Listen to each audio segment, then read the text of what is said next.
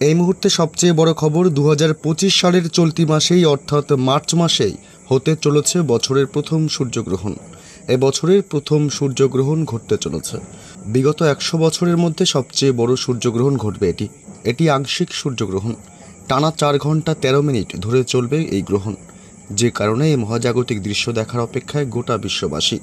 তবে এই সূর্যগ্রহণ চলাকালীন সকলকেই থাকতে হবে অত্যন্ত সাবধান, কারণ বছরের প্রথম সূর্যগ্রহণে বেশ কিছু রাশির ওপর পড়বে খারাপ প্রভাব। তবে এই সূর্যগ্রহণ কবে, কখন শুরু হবে, কখন শেষ হবে, ভারত ও বাংলাদেশের কোন কোন জায়গা থেকে দেখা যাবে, এই সূর্যগ্রহণ চলাকালীন কী কী করবেন এবং কী কী করবেন না, সবই বিস্তারিত জানিয়ে দেব এই ভিডিওতে। বিস্তারিত জানতে হলে ভিডিওটি অবশ্যই শেষ পর্যন্ত দেখবেন এবং পরবর্তী নতুন খবরগুলির আপডেট পেতে আমাদের ইউটিউব চ্যানেলটি সাবস্ক্রাইব করে আমাদের সঙ্গে থাকবেন।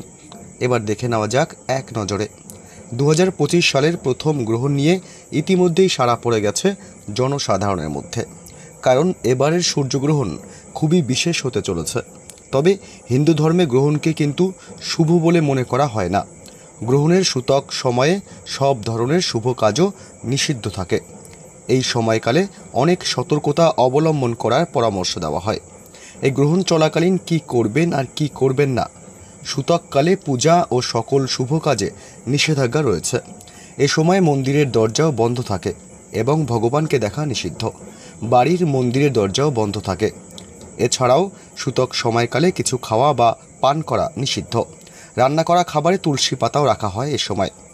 জ্যোতিষশাস্ত্র অনুসারে 2025 সালের প্রথম সূর্যগ্রহণ 29শে মার্চ হবে। ওই দিন দুপুর 2:20 থেকে সন্ধে 6:13 পর্যন্ত চলবে গ্রহণ। এটা আংশিক সূর্যগ্রহণ।